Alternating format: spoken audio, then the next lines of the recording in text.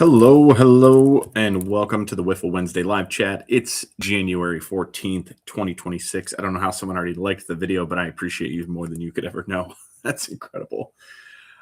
First off, the Twitter account is still hacked. I have no access to it. I emailed Twitter support again, X, whatever you want to call it. I am still waiting to hear back. I will email them a third time, probably tomorrow. I'm just doing what ChatGPT tells me. I know that's so beta of me, but in the end I need I don't want to just like overload them with complaints, because then they just like they move the ticket down, at least according to ChatGPT. So I will be trying again tomorrow to get that back. Again, I said it last week, I'm not, AI is the devil. Listen, AI is coming for us all. It's just a matter of time. Game day, what's going on? It's just a matter of time before AI comes for us all. So in the meantime, I'm going to use it to my advantage. I don't disagree with you, but so yeah, Twitter's still hacked. If you get any messages on there, don't respond. It's not me. I'll make a post about it if I do get it back on all my other socials. Speaking of TikTok, interesting game. I have posted more on there than I expected to. I still have some other ideas that I want to do, and I just need to, don't think about it. Just hit record, like I tell myself all the time. So hopefully more of that is coming.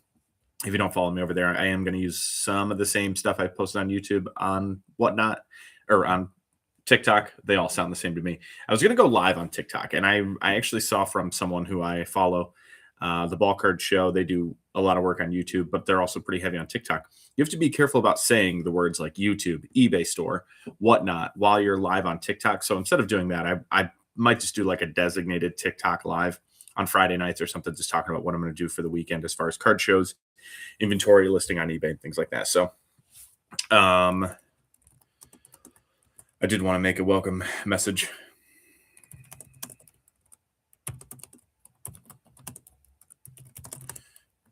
Riveting YouTube content. I know. There we go. Speaking of Twitter being hacked, other scams to look out for. This is something I saw floating around on social media. You can use AI to do pretty much anything. I saw people taking a photo of a card they bought on eBay, running it through AI and say, hey, make this look wet, make it look damaged, whatever.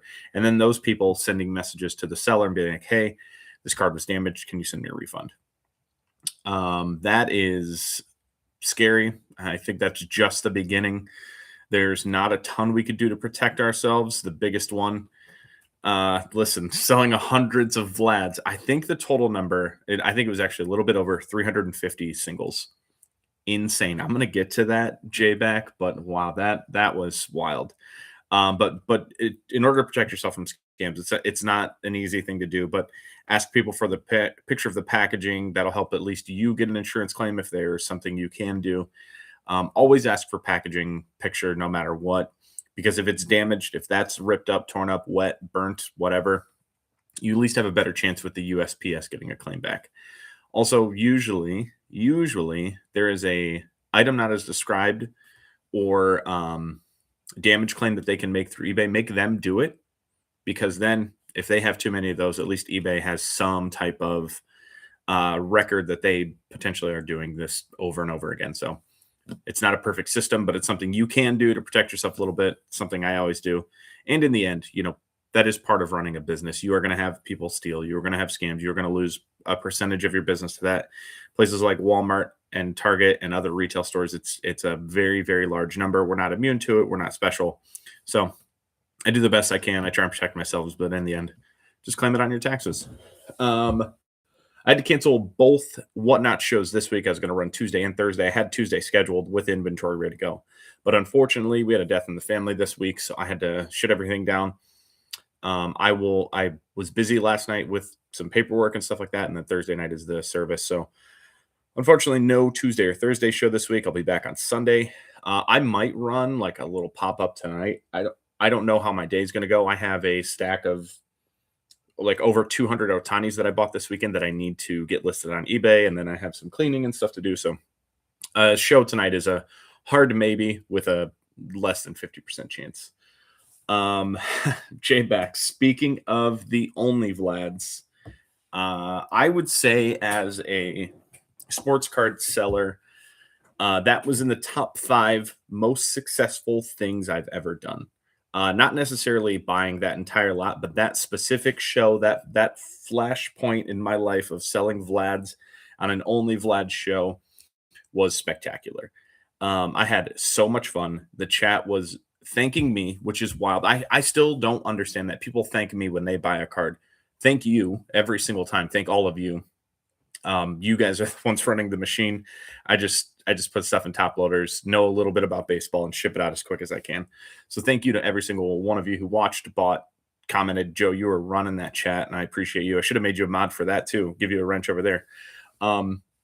I will tell you this: I covered about 40% of my buy-in after fees. So that is a number I wasn't expecting. I said I thought the show would be polarizing, really good or really bad. It blew away my highest expectation. Whatever I thought could have happened, it went better than that. So it was a fantastic success. The chat was just like incredible. I got, like I said, about 40% of the original cost back. So that was a big help to me because I was not moving on that lot. It was sitting there. I looked at it every day and I went, "Oh my god, that's so many cards." I still do that. I said, "Oh my god, that's so many cards." Yeah, Joe, I hit 40%. That was with the auctions themselves. I ran like 270 auctions. It was 235 singles and then 30 to 35 lots. One lot did not get paid for, and at the time it was an 8-card relic lot, and it sold for, I want to say, $100. And at the time I was like, "That's not going to get paid for. That's ridiculous." It was a new person. I'd never seen the name before. They didn't pay for it. Oh well. So that went well. The auctions went well, and then I had the stuff I listed. I want to say about 50 items in the shop, which I had never done.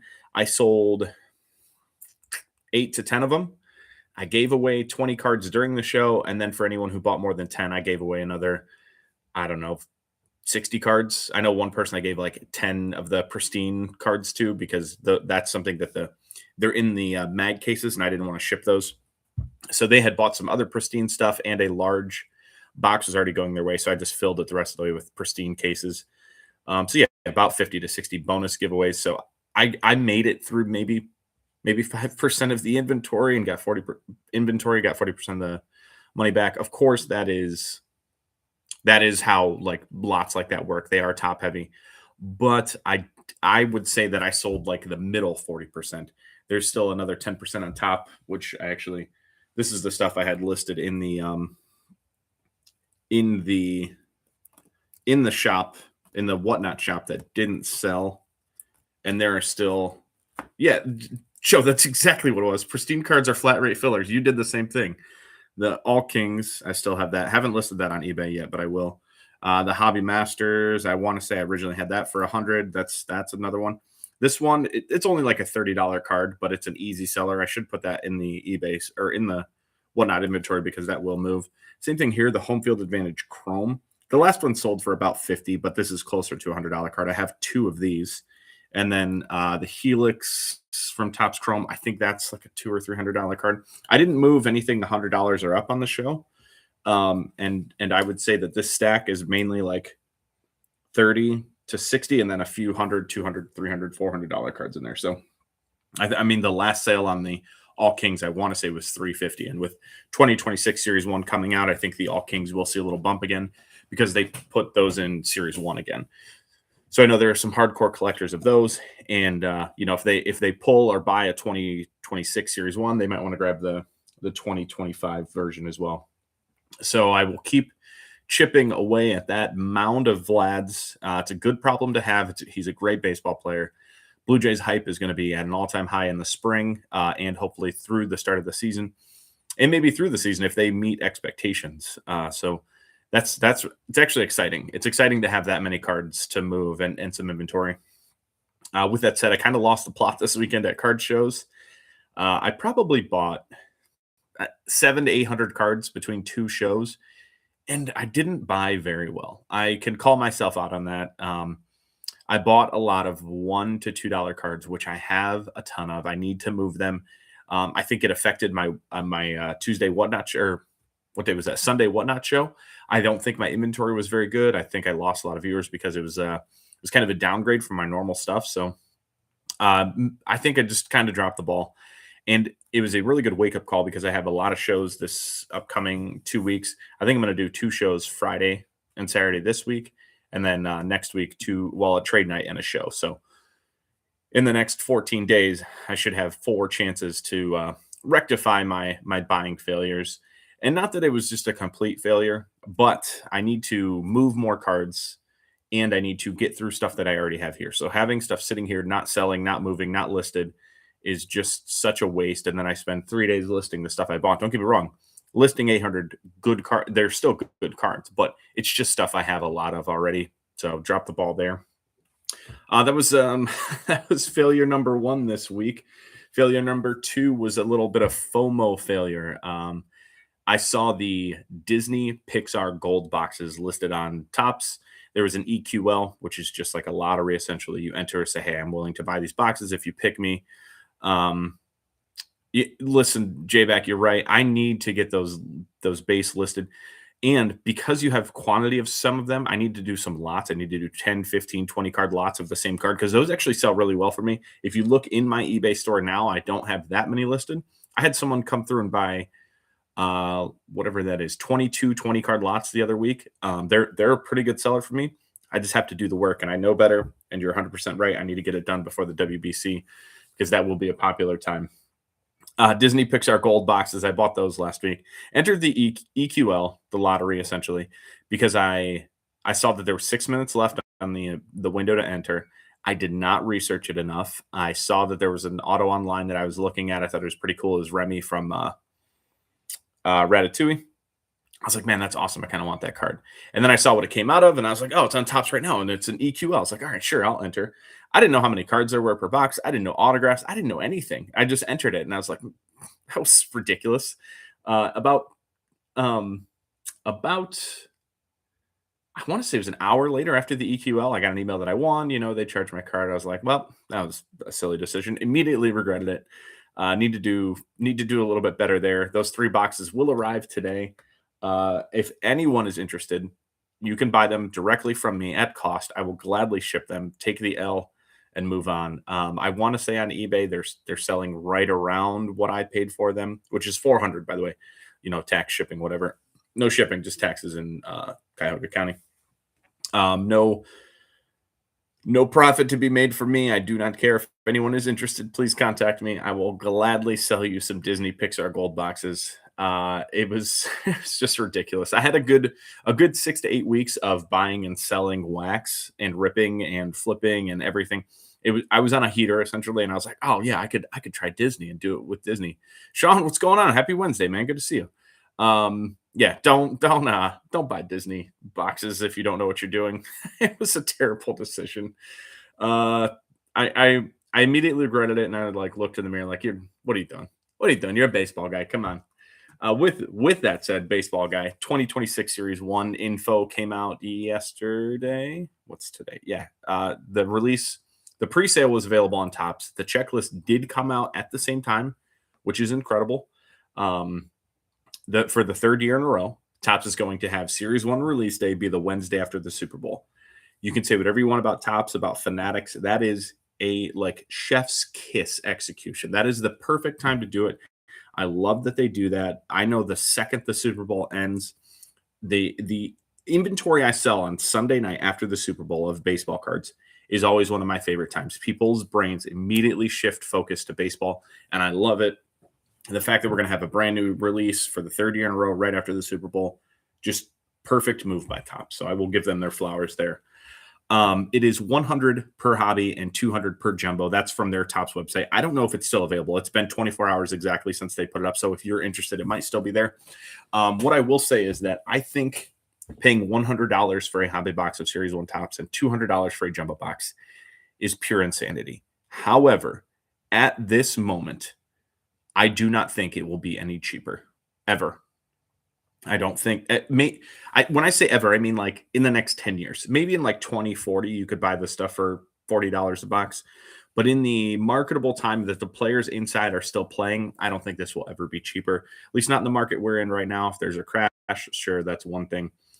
But Series 1, it's the best. It's the best. You get new release, new season, new rookies, new designs, which are all, good. Whether you like the design or not, seeing something new is good for the brain.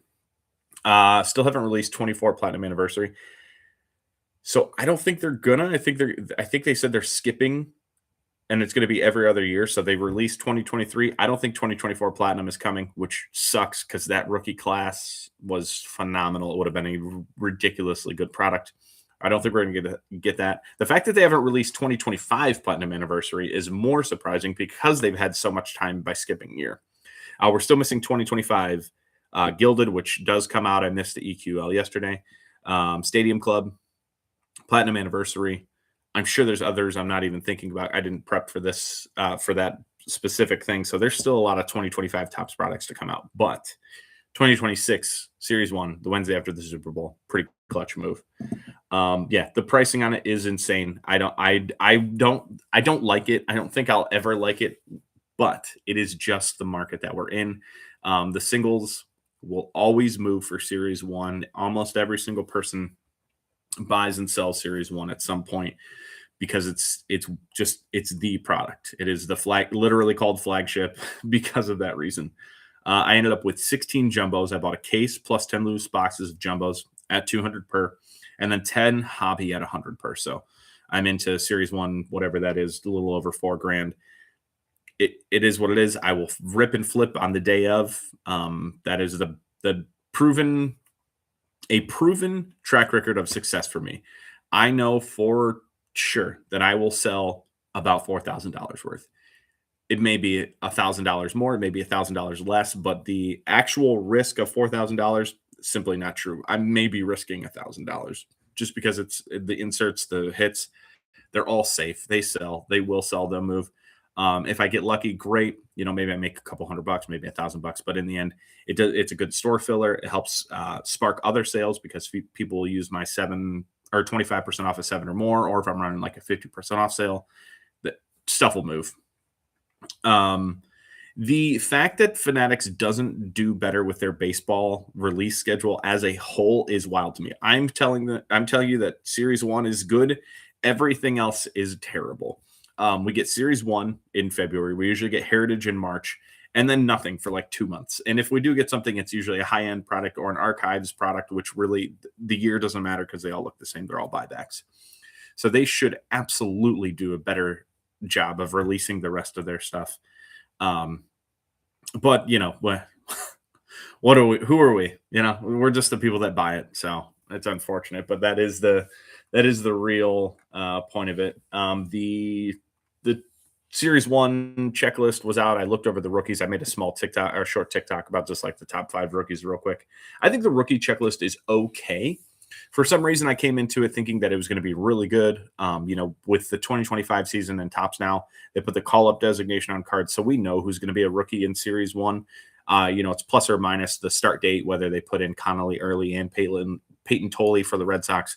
That's kind of the difference. Or if they put in Nolan McLean and Jonah Tong, which they did, I do like that.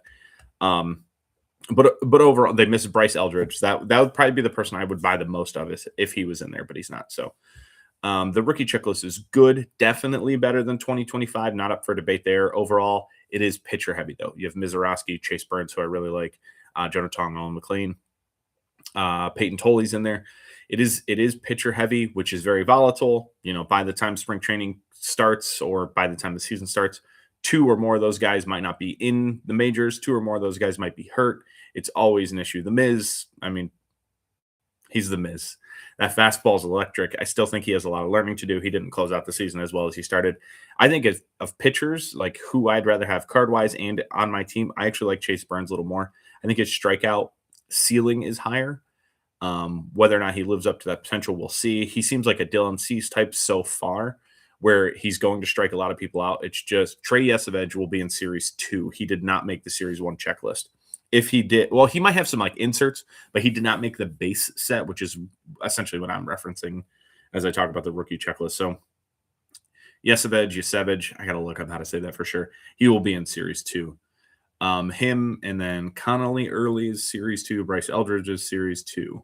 I looked at this right before I went live. Can't remember. I think there's like eight decent names that we'll get in Series 2. And then we should have some of the Japanese signings in Series 2 as well. Murakami for the White Sox, and then the Blue Jays third baseman, which name is escaping me. But as far as like who I would buy, I actually think the third baseman from the Blue Jays is the best buy, mainly because I think the Blue Jays, this is a tangent, the Blue Jays hitting department, whatever they did this going into this year, they have upgraded their system somehow. George Springer, resurgent year. Dalton Varsho, resurgent year with like 3% more bat speed somehow. Exit velocity was much higher. I love Spencer Jones. The guy's a monster. He'll be an update. I think Carson Benj will likely make the Mets opening day roster. He'll be a big chase come update as well. But the Blue Jays, where I was going with that, they made Ernie Clement good again somehow. He's bounced around the major leagues since 2022, has not found a home, and then somehow he tied the postseason record for hits. So I will definitely be watching that third baseman again. I don't have his name in front of me. I'm a terrible YouTuber. He will be the guy I chase in Series 2. I think the Blue Jays will help take him to another level. And of course, the Japanese market has always done better. Player be damned. If they perform at a major league level, they sell. Another big change for 2026 Series 2 or for Series 1, excuse me, is that the jumbo boxes go from 3 hits down to 2. This might be a hot take, but I don't care. Most of the hits in Series 1, the third hit was junk. It was a manufactured relic, a pass. Those are thick. They're hard to ship. They don't sell for anything. Or it's a secondary major league material relic of Alek Manoah. And J-Back, yes, that was a shot at Alek Manoah, mainly because I have so many of those at some point, and whoever else they put in there. It's just not worth it. I'm not saying I'd rather have a base card if they replace it with something else. Not saying that Topps will it'll be a 1-for-1 trade-off, but I would just rather not have it. I'm okay with it. I know for the kids of the collecting world and things, they may like those manufactured patches, and that is who it's for. And I'm aware that I'm being like curmudgeon here, but they could keep the hit. I really don't mind. I did notice yesterday too that the switch is official on Topps.com when you make purchases. I spent a bunch of money yesterday. You now get 2% cash back versus fan cash versus the Topps Now points or the rewards points. And personally, as a Topps Now buyer, I think this is a better move. It's definitely lower value. It is, instead of 4,000 points equaling $40 off of Topps Now, 4,000 points now equals $10. So it is a big cut in actual value. However, as a whole, for every buyer on Topps and collector, I think that the 2% cash will be better than the Topps Now value. A lot of people don't care about Topps Now. I understand that. I do. I love Topps Now. I still would rather have the 2% off. I think there will be a slightly less Topps Now purchases throughout the year, both by me and by the general public, and I'm okay with that too. I like the lower print runs. We don't need 181,000, 118,000 Dodgers World Series sets. We just don't need all that. So fine with that. Fine with that change. And then I think I woke up and I had $188 in my account versus having 73,000 rewards points, which I would have used eventually in the season as I buy Topps Now. But it's a cleaner system for all, myself included, when all said and done. Yesterday, actual baseball news, Nolan Arenado traded. He went from the Cardinals to the Diamondbacks. I love Nolan Arenado. He is a Hall of Famer. He will make the Hall of Fame. But this blocks Jordan Lawler again somehow. They're not trading Ketel Marte. They came out and said Ketel Marte is staying now. They had like an effective deadline. They didn't meet the deadline, so Marte's staying. They trade for Arenado. I love Jordan Lawler. I want him to have everyday major league at-bats. I don't think that's too much to ask. They are going to have him play center field in spring. Whether or not that sticks, we'll see. We're actually seeing that a lot more in baseball because every great athlete is brought up as a shortstop, and then we figure it out later. If you look at the top 10 shortstops in the minors right now, I think the top 10 are all ranked in the top 50 overall. They all can't stick at shortstop. So, it makes sense that they would move Jordan Lawler along with, the O'Neal Cruz move, the Tatis move. Jackson Merrill was a shortstop. You couldn't tell. They threw Javier Baez in the outfield, and he was fantastic. So if you're an athlete, you'll figure it out. But I just want to see Jordan Lawler get at bats. They absolutely are paying, what is it, 32 of the 42 remaining on Nolan Arenado's deal. That is wild. That is a lot of money. If you're getting Nolan Arenado for $5 million a year, yeah, that's what I thought it was. $5 million a year. I mean, I'd take a chance. He would have fit. He would have fit in Boston as well, since they're not bringing back Bregman. Eugenio Suarez is still a free agent, so curious to see where he ends up. I understand why he makes sense for the Diamondbacks and what they'll do with Lawler, but I just want to see Lawler have a job, not have stress, not have a competition, just be an everyday player and go play. Geraldo Perdomo absolutely exceeded all expectations last year. You can't take him out of the lineup. I mean, he was a MVP vote receiver. Like, he was incredible last year on the field, at the plate. He had 9 home runs last year over 400 feet, which is something he had never done. Well, he had done it in his career, but he had more last season than he had his entire career combined. So really interesting lineup construction over there in Arizona. I'm curious what the pitchers will look like. They will be competitive, but you're still in the same division as the Dodgers, the Padres. The Giants are always trying, but yeah, that's a great point. They jerked Alec Thomas around too. So we'll see. I mean, I would love to just see him play every day and not have to worry. And maybe it's not in Arizona. Maybe he ends up being a trade candidate this year if they're competing and they're not giving him everyday at bats. We'll see. One thing I will say about the Wiffle Breakers channel is this is going to be 99% baseball. I am a baseball nerd through and through. Watch it, love it. I dream about baseball, literally, and I focus on baseball cards. However, I have to talk about this NFL playoffs this past weekend. This was like the best playoff games I've ever seen. It was like the best NFL weekend I've ever watched. The Bears-Packers game was insane. Jags, Bills, insane. Niners and Eagles, insane. Texans, Steelers, we could have done without. Chargers, yoink, yeesh, not great. But the games themselves are very good. I love I like the X's and O's, literally the X's and O's of football. Listen to the Athletic Football podcast. I think that's what it's called, with Robert Mays. And they are like next level as far as not just breaking down, I think this team's good, I think this team's bad. Breaking down position groups, why they're good, why matchups between teams versus one offense versus the other's defense, why it works well, what they're good at underneath, what the linebackers are good at, what the linemen are good at, what the corners are good at. I just truly enjoyed that like aspect of football. And man, this weekend, they were the Athletic Football. They kind of projected how they thought the games would go. I was in a betting pool. We're not actually betting money. We're just betting, like shares on a website. I went 6-1, essentially like just doing whatever the Athletic Football podcast said, which was, pretty good weekend overall. The one I missed on was Jags Bills. And they literally said that the Jags are the better team, but they thought the Bills would win. And I came away from that game feeling exactly the same way. I thought the Jags played a better football game, but the Bills had Josh Allen, and he Josh Allened them to a victory. The play that Trevor threw the last interception on in the fourth quarter when they had a chance to go down and win the game is just a great play by Buffalo. Guy got up 4 feet off the ground, tipped that ball, and it was over.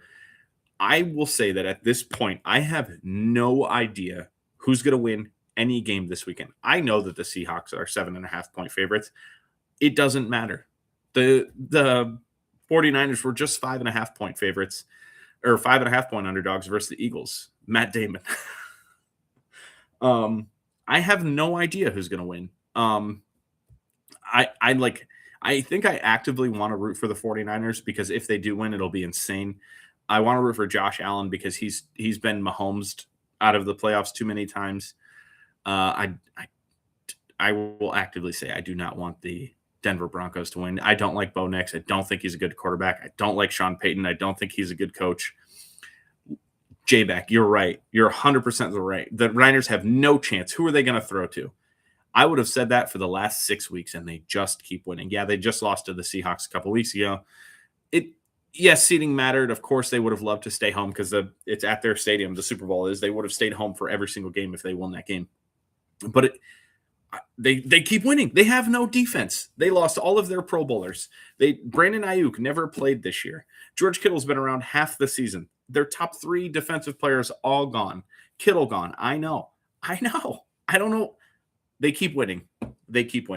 Kittle went out in that game against the Eagles, and they were losing at the time. Somehow Christian McCaffrey has is the Monstars. He gains all of their powers and just keeps winning. The Eagles do suck, but their defense was one of the best I've ever seen as far as like regular season, and just dragging people through the mud and getting to the quarterback over and over again. They just got outplayed and got outcoached. And Kyle Shanahan is like this little offensive genius, and I don't think they can beat the Seahawks. I don't think they could even keep up with them at 7.5 points. I said that every single time this season. They should have been 8 and 9 at best. Instead, they were the 5 seed, knocked off the Super Bowl or defending Super Bowl champs, and here they are playing the 1 seed with a chance to move on to the conference championship.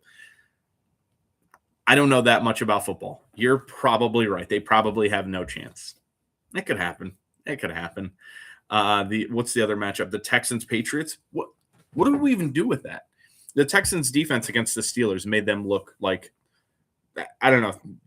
I think Aaron Rodgers had less than a second to throw on more than half his plays. It was insane. They were all over him. The coverage was incredible. The fact that the Steelers got 6 points is, like, even to this point, I can't believe it. They had a good opening drive, and then they got the ball on the 20, and that's how they got that second field goal. CJ Stroud played potentially the worst game I've ever seen him play, and they still won by 24 points. So can the Texans defense carry him past the Patriots? Can Drake May step up and make plays? Exactly right. We're going to learn about Drake May real quick. I know from watching him, it's mainly primetime games. I don't quite understand how he's so composed. He's one of the most composed people in the pocket that I've ever seen. The way he steps up, the way he doesn't freak out. He does run when he needs to, and he's a really good runner.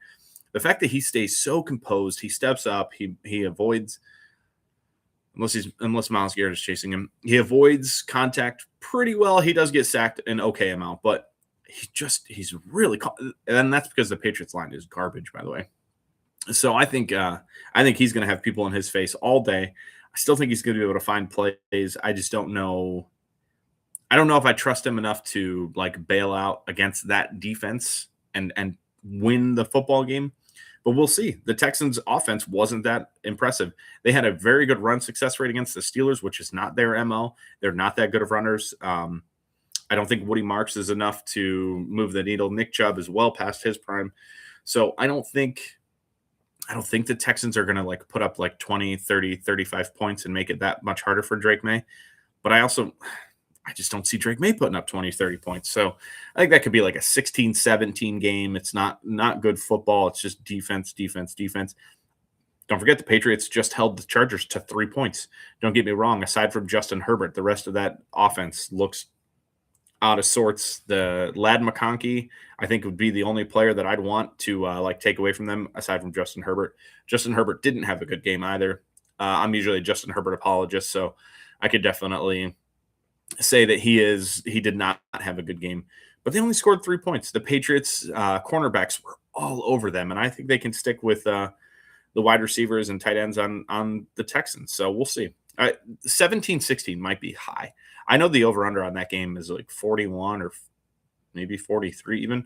That is a bet I will take, is definitely the under. So I'll be on that. I think this weekend, Friday, I will be at Great Northern Mall for a show, walking. And then Saturday, I'll be in Pittsburgh. They have a sports card only show, about 140 tables. I haven't seen many sports card only shows. Usually it's a open door policy, anyone and everyone. So that'll be really interesting. I'm hoping to find a lot of baseball. I have to buy better this week. I want to focus more on the $10 to $20 range versus what I'm buying, which is $1 to $5 range, or what I bought this past weekend. So I'm hoping to tighten that up a little bit. If you guys ever see me, I know J-Back, you won't see me out in New York anytime soon, but if you guys ever see me, say what's up. I would love to meet more people. I know as far as like watching this, it gets 20 to 25 views a week. I'm hoping, the more consistent I am, because I've missed a lot of weeks with this. Hopefully, a few more people watch. It's a little more interactive. J-Back, I appreciate you more than you could know. Keeping the chat up, listening to me every week. It's incredible. I will do this again next Wednesday, barring any major emergencies, but hopefully every Wednesday for the rest of the year. For anyone who watched, thank you. Throw a like, throw a sub. We'll see you next time. Thank you.